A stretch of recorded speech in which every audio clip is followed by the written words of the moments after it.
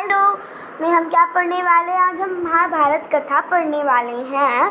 उसका जो first chapter है महाभारत बाल महाभारत कथा का फर्स्ट चैप्टर जो है महाभारत कथा का एक शॉर्ट इंट्रोडक्शन है, वो आज हम पढ़ेंगे। ठीक है, तो चलिए हम पढ़ते हैं। स्टार्ट करते हैं। Okay, let's move on. Mahabharata की कथा महर्षि पराशर के कीर्तिमान पुत्र वेद व्यास की देन है। ये जो हमारा जो महाभारत है कथा, वो किसकी देन है? जो पराशर के महर्षि पराशर के जो कीर्तिमान पुत्र हैं, बेटे हैं, वेद व्यास जिनका नाम है, उन्होंने ये लिखी है। मतलब ये पूरी दुनिया को पूरी दुनिया को ये तब से मिली है। किसने दी हमें ये महाभारत? ये हमें दी है वेद व्यास जी ने दी है हमें। ठीक है, व्यास जी ने महाभारत की यह कथा सबसे पहले अपने पुत्र सुखदेव को कंठस्थ कराई थी और बाद में अपने दूसरे शिष्यों को। जो ये उन्होंने महाभारत कथा लिखी थी, उसमें सबसे पहले उन्होंने अपने पुत्र सुखदेव, उनका जो पुत्र है उसका नाम सुखदेव है, उनको कंसर्ट मतलब परिचय उनका दिखाया था, समझाया था। फिर उसके बाद अपने दूसरे शिष्यों को दिखाया था। मानव जाति में महाभारत की कथा का प्रसार महर्षि वैशंपायन के द्वारा हुआ। ठीक है, वैशंपायन व्यास जी का प्रमुख शिष्य थे। तो वैशंपायन व्यास जी प्रमुख शिष्य थे। किसके शिष्य थे? जिन्होंने ये पूरी कविता लिखी थी। किसने लिखी थी? ये लिखी थी जी ने लिखी थी। ठीक है, ओके। ऐसा माना जाता है कि महाराज परीक्षित के पुत्र जन्मेजय ने एक बड़ा यज्ञ किया। इस महायज्ञ में सुप्रसिद्ध पौराणिक सूत जी भी मौजूद थे। सूत जी ने समस्त ऋषियों की एक सभा बुलाई थी। सभा मतलब टीम होती है एक, उसको बुलाई थी। समस्त मतलब पूरी ऋषियों, मतलब है ना, समझ सकते हो ना। ऋषि होते हैं जो पाठ पूजा, जो भगवान से कनेक्ट होते हैं बहुत अच्छी तरीके से, उन्हें ऋषि कहा जाता है, ऋषियों। ठीक है, महर्षि सैनिक इस सभा के अध्यक्ष थे। तो महर्षि जो सैनिक थे इस सभा के, इस टीम के लीडर कह सकते हैं हम, तो अध्यक्ष थे। ठीक है, सूत जी ने ऋषियों की सभा में महाभारत की कथा प्रारंभ की थी कि महाराज शांतनु के बाद उनके पुत्र चित्रांगद हस्तिनापुर की गद्दी पर बैठे। उनकी अकाल मृत्यु हो जाने पर उनके भाई विचित्रवीर राजा हुए। अब आपको पता चल रहा है शांतनु कौन है, विचित्रवीर कौन है और चित्रांगद कौन है। ये जो शांतनु है, उनसे जो ये कहानी है वो स्टार्ट हुई थी। शांतनु एक बार शिकार करने गए तो उन्हें गंगा माँ मिली थी और फिर उन्होंने उनसे कहा कि आप उससे विवाह करेंगी। तो उन्होंने कहा कि हाँ करेंगे, लेकिन हमारी एक शर्त है। वो शर्त है कि आप हमसे कभी प्रश्न नहीं करेंगे, हम कुछ भी करेंगे लेकिन आप हमसे प्रश्न नहीं करेंगे। तो उन्होंने कहा ठीक है। तो फिर जब भी उनका कोई पुत्र होता तो वो उसे गंगा नदी में बहा दिया करती थी।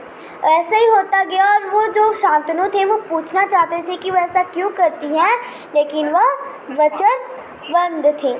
ठीक है, इसलिए वो कभी नहीं पूछ पाते थे। लेकिन जब वो 8वां बच्चा अपना बहाने जा रही थी तो शांतनु से रहा नहीं गया और उन्होंने कह दिया कि ये आप कैसी माँ हैं, आप बिना कारण ही अपने बच्चों को मार दे रही हैं। तो उन्होंने कहा कि आप आपने अपना वचन तोड़ दिया है तो अब मैं आपके साथ नहीं रहूँगी। और इससे ये जो देवव्रत, अभी उनका नाम डिसाइड नहीं हुआ था, तो उन्होंने कहा था इस आपके 8वें पुत्र को मैं कुछ दिन पालूँगी फिर आपको सौंप दूँगी। ठीक है, फिर क्या हुआ कि फिर वो छोड़ के चली गई। दैन फिर उन्हें जब वो ऐसे ही गए दूर गंगा नदी किनारे, तो उन्होंने एक युवक देखा जो गंगा नदी को अपने तीरों की बाढ़ से जो उसकी लहरा रही, जो उसकी जो वो है ना लहरा रही थी, तो वही उसको अपने तीरों से वो कर दिया, रोक दिया।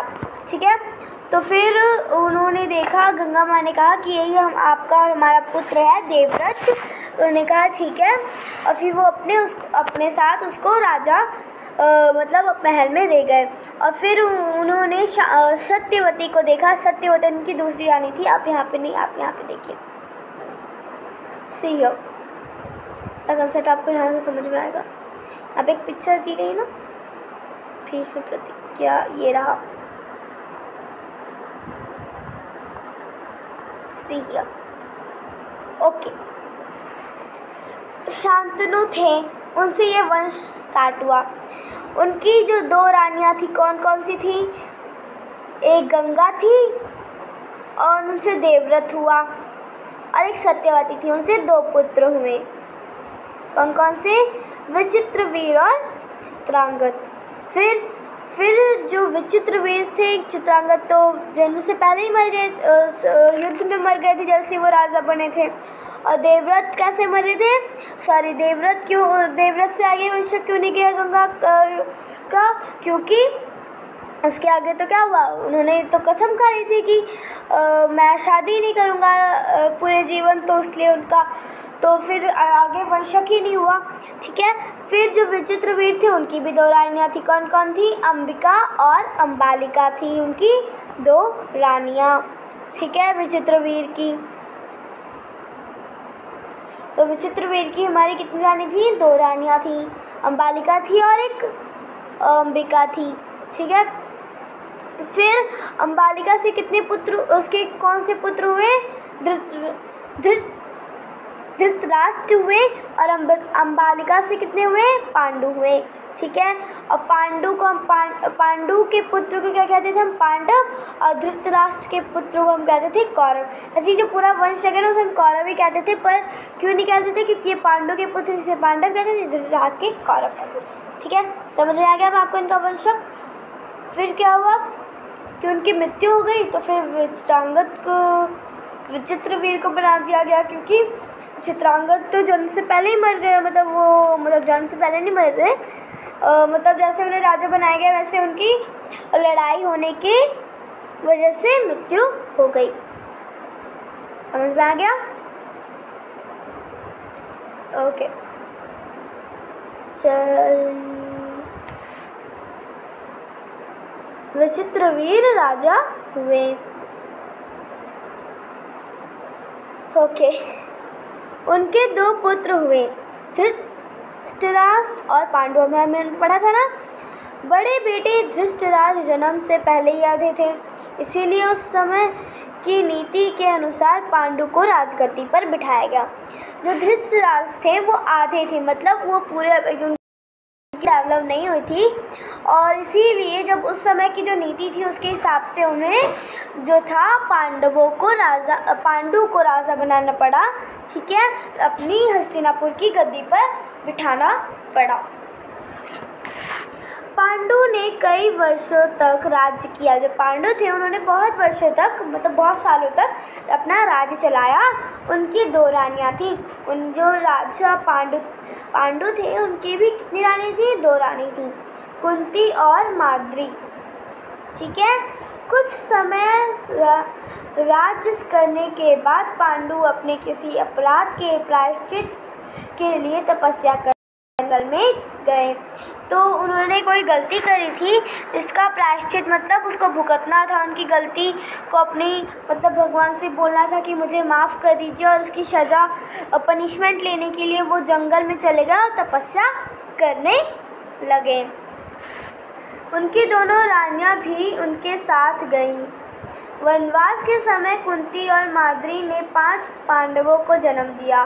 2 माद्री ने दिए थे, 3 कुंती ने दिया। कुछ समय बाद पांडु की मृत्यु हो गई। 5 अनाथ बच्चों का वन के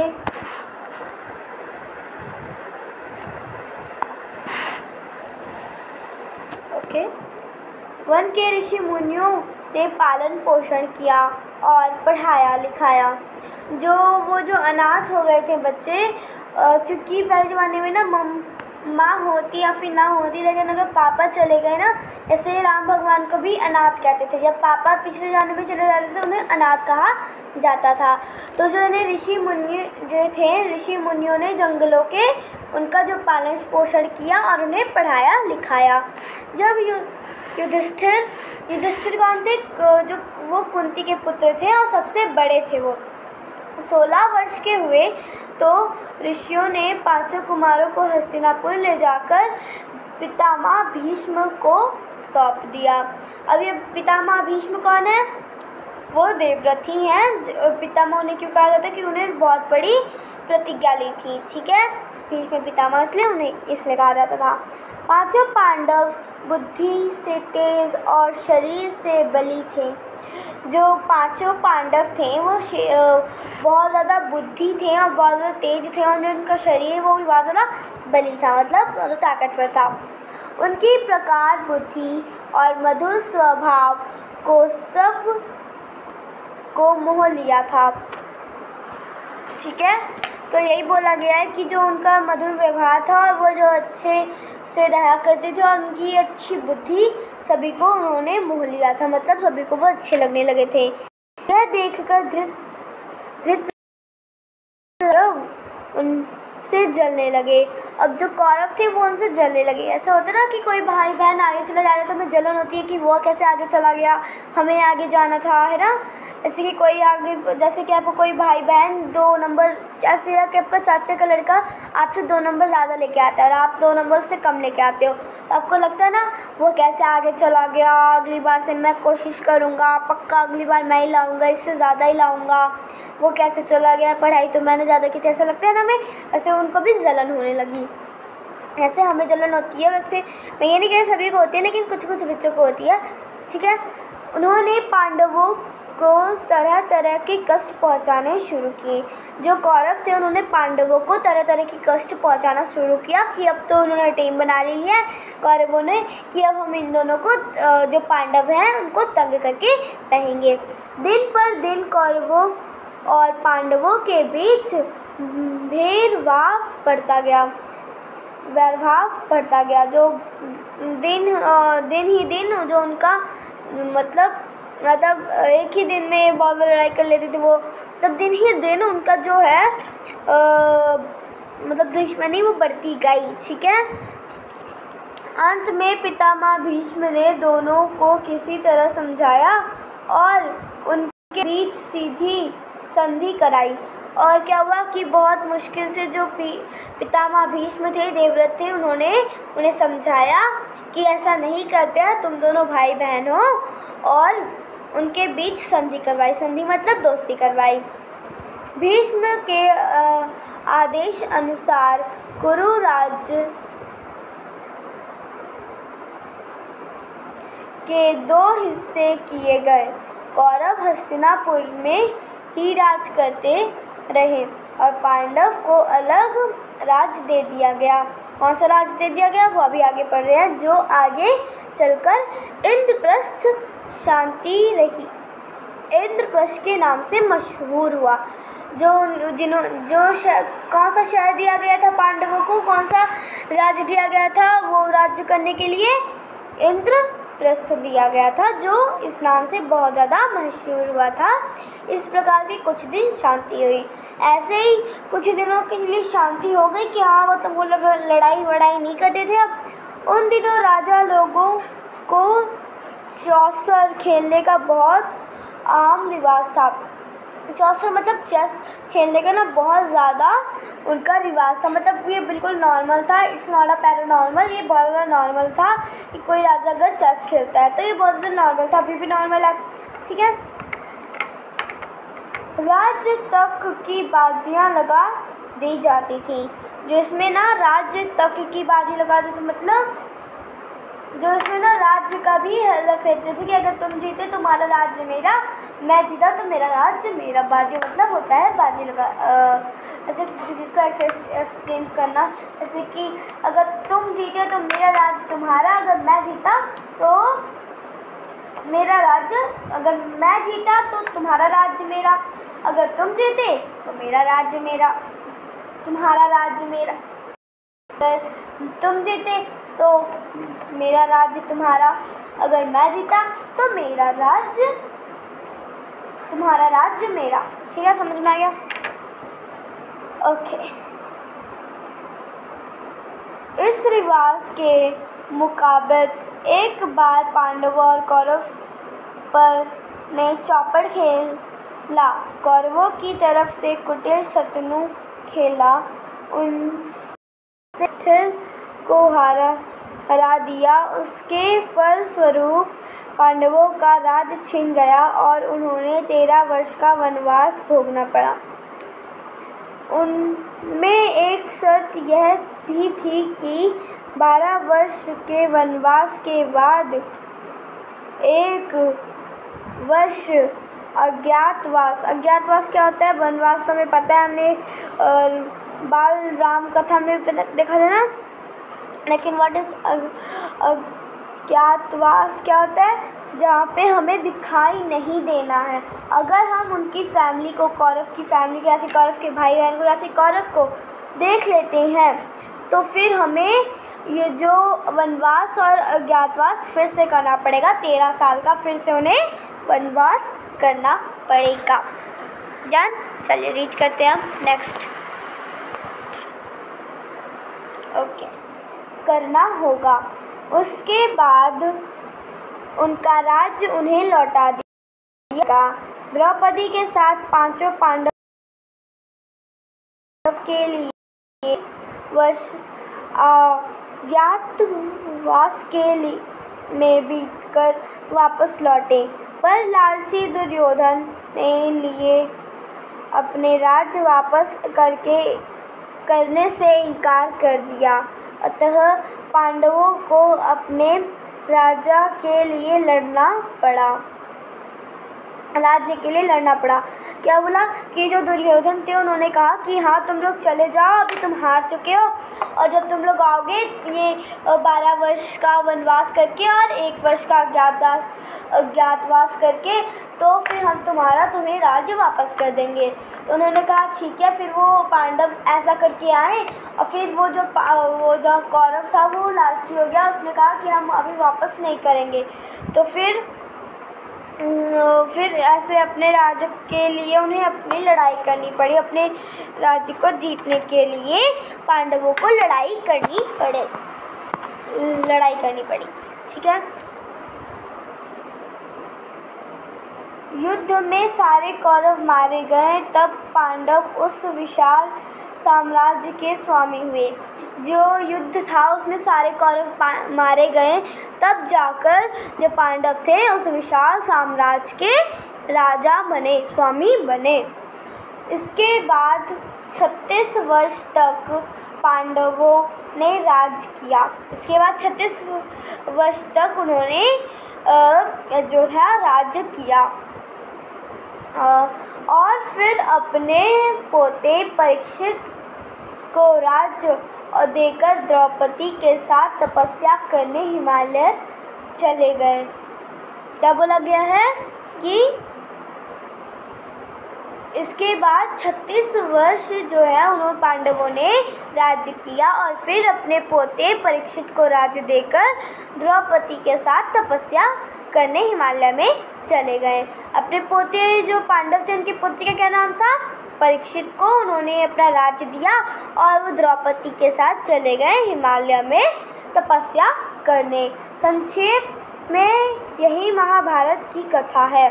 संक्षेप में मतलब छोटे से वाक्य में यही जो है हमारी पूरी महाभारत कथा है। इसमें समझाया कुछ भी नहीं गया है, बस थोड़ा सा इंट्रोडक्शन दिया गया है।